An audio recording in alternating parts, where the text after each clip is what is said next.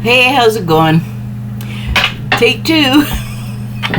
I started talking away and realized you ain't wearing a microphone, girl. What are you doing? It's gonna sound like crap because I discovered that to be the case yesterday. I thought, oh, maybe it'll be fine. It was not fine. It sounded like I was in like a machinery room on a ship or something. I'm not. I'm just sitting in my apartment. Nothing much going on except dogs barking, and that wasn't a part of it. It sounded like there was big machines blowing, engines running, I don't know. And then my voice was like very tiny in the background. Couldn't even understand me like at all. So microphone. Oh, okay. Well, here, take a look at my signs because they have stuff to say to you. Well, to YouTube, I guess. I'm not sure who I'm doing that for. So, that's not true. So, I pulled this deep diver card and it says, diving into a task. And then I pulled this card and these guys are all about a task. I thought that's interesting that it's taken that theme. Because the other cards that I pulled were Cosmic Womb, number 6. These are from the Shaman's Dream Oracle deck. And Feast of Plenty. The subtitle on the Cosmic Womb card is Divine Feminine. And I know that looking at that, you might think, oh, it's glare. Not really. It's kind of obscure that way, I think, on purpose. I don't know how well you can see what's going on in the background there, but again, I think uterus, like every time I pull this card, because they say womb, but it has a purpose, and it's not just to birth a human in this case. It is birthing a situation. And the divine feminine part, well, I think that tracks because right now the period that we're in and gonna be in for quite some time is a period where the divine feminine's influence can make its way back into the world and into all of us, because we all have male and feminine aspects to our personalities, and that's more about what that means right now, the cosmic or the divine feminine. Because divine to me is, I mean, it's depicting this person, describing this, well, I don't know, it's not even really a person, but in this case, let's just call it a person. But that person might be a man, and they might have, well, they will have like male and female aspects to their character, but like all of life, there's a scale, there's a range, and some men are effeminate outwardly. Their personality might be visibly feminine, and yet you know you're looking at a man. They might sound feminine. They might gesture in a way that you might perceive as feminine.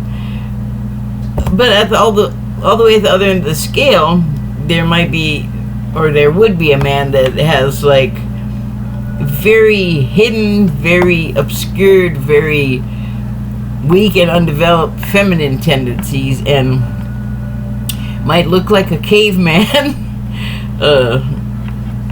And that would just be like an aspect of the personality, but it's not the whole of us, and we all have both sort of polarities in us.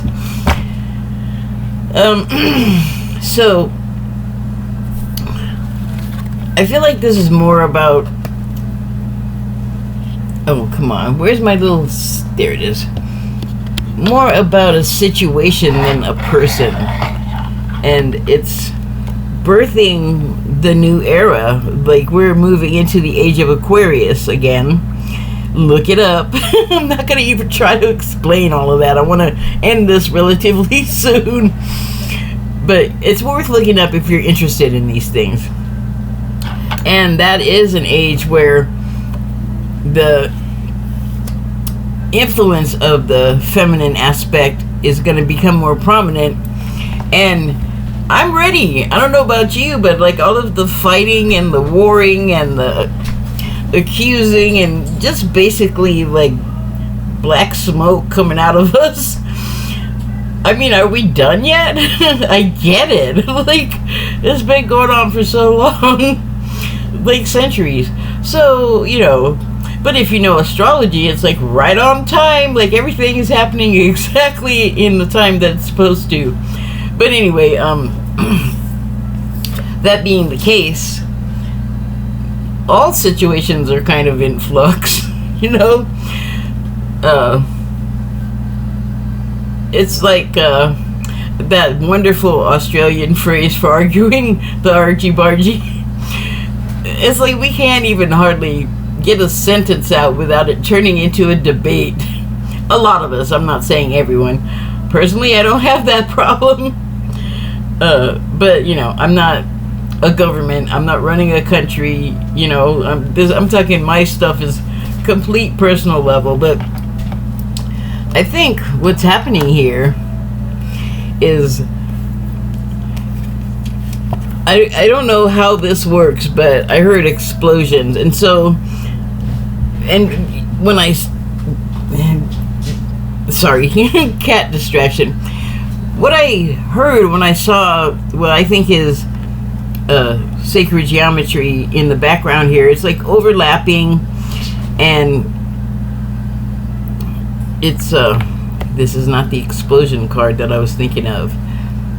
But what it is like all of that sacred geometry is like everyone's sort of quantum DNA coming to life, like coming online, and all of the overlaps and all of the lines crossing and all of the points meeting within, you probably can't see it very well, within all of this, you know, whiteness, like steam of what is the word? Making. That's not enough. Of something growing and building. Construction. There's one. That'll work. There's a type of construction happening here. And it's not a single human. Although faintly in there you might be able to see a dark-haired, maybe robed person sort of standing right up in the middle there. But I think it's a metaphor for, you know, the times changing, and that's always a bit of a, what is the word, scrimmage, I guess, because that's just what happens. Like, think about when you're a kid, right?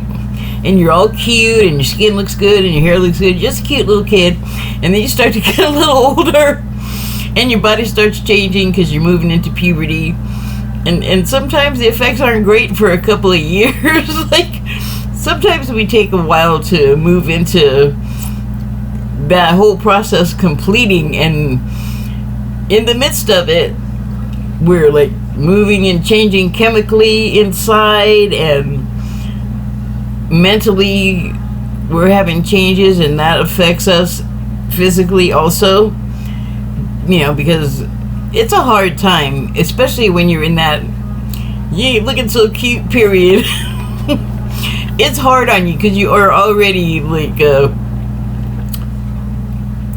I don't know, some kind of freak. Like, you just feel like there's so much wrong with you, and you have these weird ideas of how other people perceive you, and you're young, you don't know how to discern, you don't know what you're experiencing from people. You don't really know what's happening, and I can't imagine that your brain is thinking real straight while all of everything inside of you is sort of churning around and changing place and size. And keeping stuff, getting rid of stuff.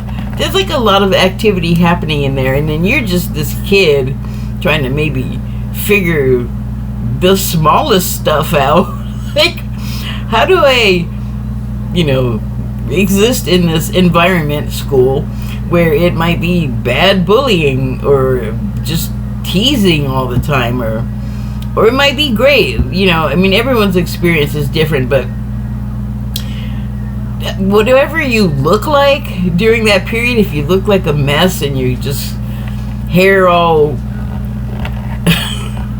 wild, skin not, full of eruptions, hairs growing places, like maybe we're a cute kid, but your eyebrows grew together, and male or female, that doesn't work for everyone, but I'm saying it's a time of transition.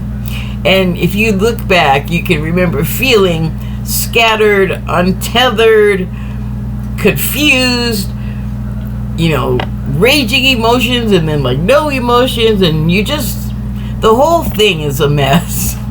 And that's kind of like what I feel like is happening here. Like, this is representing not just American society, but all societies are going through some kind of period right now of dislocation and rearrangement.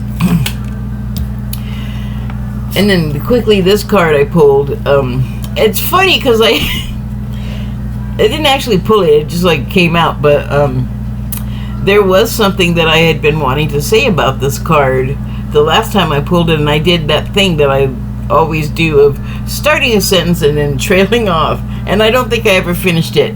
And I think I made this reference in a few videos and did the same thing. So I'm going to address it right now. This is another situation like the womb, and this was the one where I was talking about explosions. You can't really see what's going on, but you can see this light. It looks like the kind of warmth that would be generated from, again, like the building blocks of some kind of form being created. But it's not ready to be seen yet. And it's not a child per se, but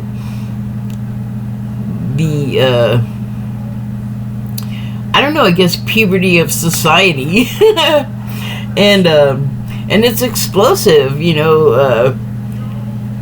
not everyone is having to kind of deal with everyone in a way, and everyone's not on the same wavelength, and that causes dissonance, and that causes perhaps what do you call it when the transformer, that action that makes it explode? Well, there's like an overload of power, and it's not, whatever's here is not quite set up to completely contain it and control it. And it's like turbulent. And here's this, orb world sitting on this little plinth table thing on its perennial greens, which makes me feel like this is just something that's always happening. And not always to the degree that it's happening now. Like in my country, there's a lot of I've talked about it before, there's a lot of people with disagreements that move into the realm of, I'm going to settle this disagreement with a gun, or register my unhappiness with a high capacity weapon. And that's like the most cloddish type of delivering of a message I could think of. Like, but you can only do symbols and hand gestures. You don't know how to use your words. I don't like what you said, I kill you now. That's not productive. Again, that's that thing where we're doing the stuff, and I get it, like, that's how that is, and I'm ready to migrate on into something more happy and positive. So, and there I trailed off again. I did not finish what I was saying about these crystals. So these protrusions, these crystals popping out of here, they reminded me of the sandstone structures at Monument Valley Navajo Park in Arizona. And because I didn't know what they were for a long time, I learned what they were because a medium, cleared that up. But I had gotten this idea, and let me finish the thought. I had gotten the idea because I had been watching this guy that has a channel. I don't remember the name of it now because I haven't watched it in years, but I know he's a black dude, and he was in the military, and he's got like some kind of certifications from that, and his gimmick is his videos are titled "What You Need to Know About Blah Blah Blah," as if he just totally knows. So it was his contention that those protrusions at Monument Valley were ancient trees, which I kind of went along with because I know that at one point in time there was a whole lot more oxygen on this world. There was a whole lot less human activity stinking things up and toxifying things, and trees grew to sizes that we can't even conceive of today because it's just insane, and there's dumb buildings and things where they would have stood.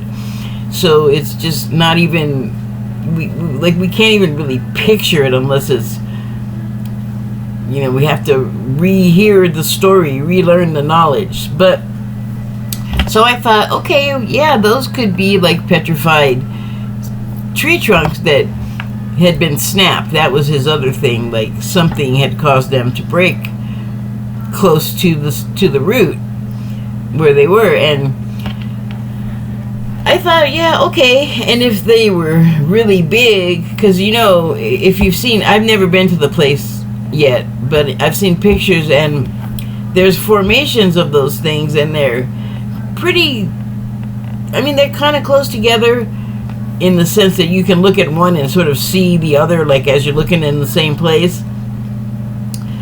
But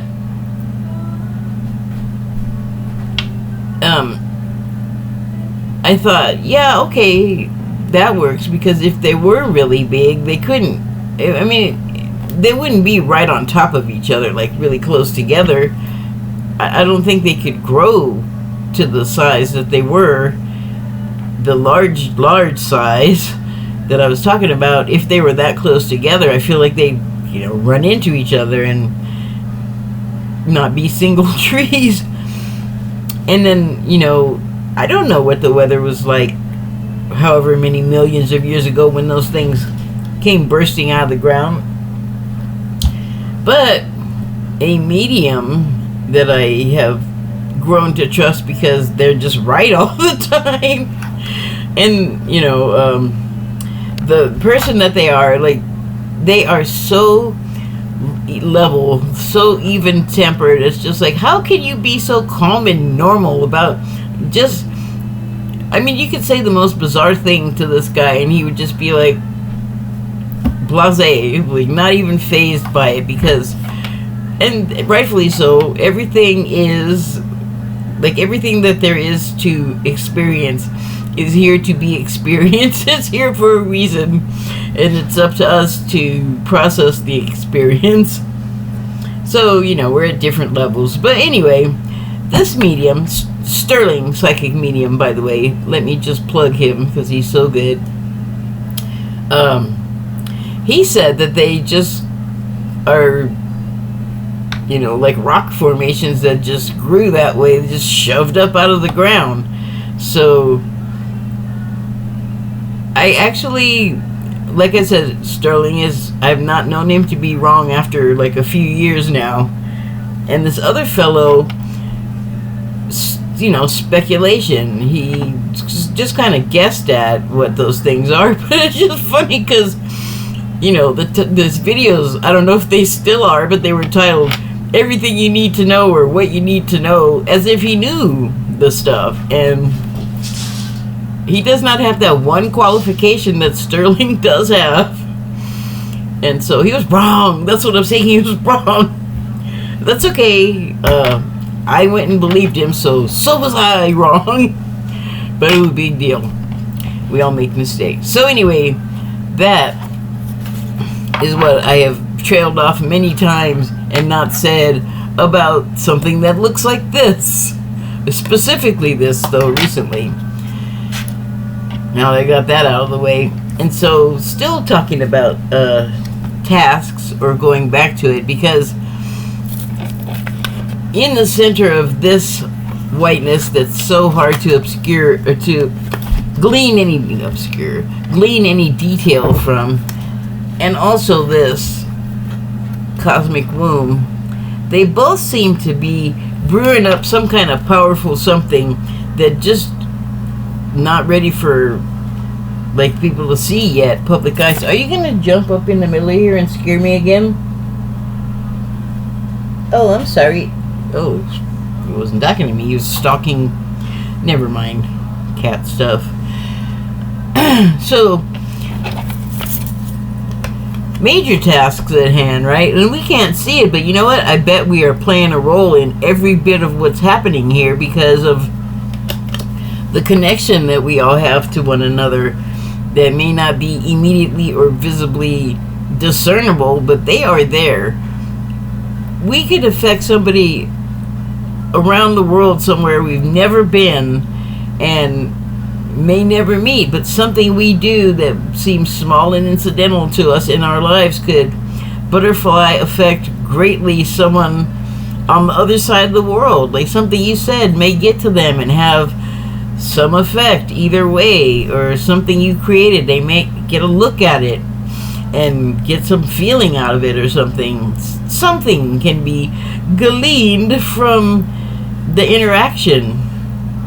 So yeah, those two cards I think are like hard at work. I don't know, maybe like firming timelines, removing glitches, or I don't know, there's cleaning processes is what I'm getting. I don't even know what that means. Cleaning processes. Maybe it's like a clean room, like in a factory. I worked in one once, and we had a clean room, and you had to wear like a hazmat suit basically, and those foot coverings, those ones with the elastic. And I mean, you had to cover up like you were doing surgery basically, and to put together these minute little parts and things. I don't want to like really go into the company or whatever, but oh my god, no, you can wait. And yeah, anyway, stuff going on, stuff unseen being built that I think is going to affect all of us massively. And the beaver, like, easy, look at this guy, he's a team player, wants to show up bright and early and help with whatever needs to be helped with. Kitty, no, I can't do that right now, I'm all trapped with stuff, you have to wait. Happily attends to a task, like bright, look at the sun's not even all the way up, bright and early, smile on their face, ready to go. There's a lot of us like that. We need people like that stick to the task at hand, keep their head down, make the best of the situation. Like, work is something we have to do every day, we got to show up for. Let's make the best of it, let's complete this project with good vibrations. That is something that I need. I think we need to add like a large dash of that to the stew. And finally, the deep diver card. I felt like, okay, first of all, I have to address that the first time I looked at this, I saw this person completely reversed, right? I mean, I even saw the legs facing in a different direction. I saw them as the diver that sits on the edge of the boat and falls back in the water that way.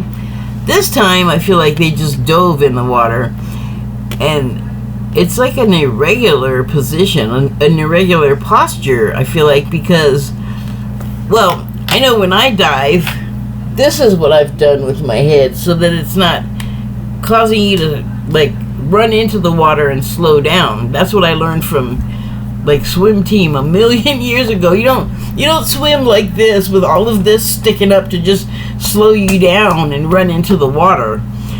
So I just think it's odd that their head is, look how it is. It's not downward and tucked, it's so their face is basically smashing into the water. So I don't know how that helps them with their purpose, but I feel like this person's task is to go down there deep and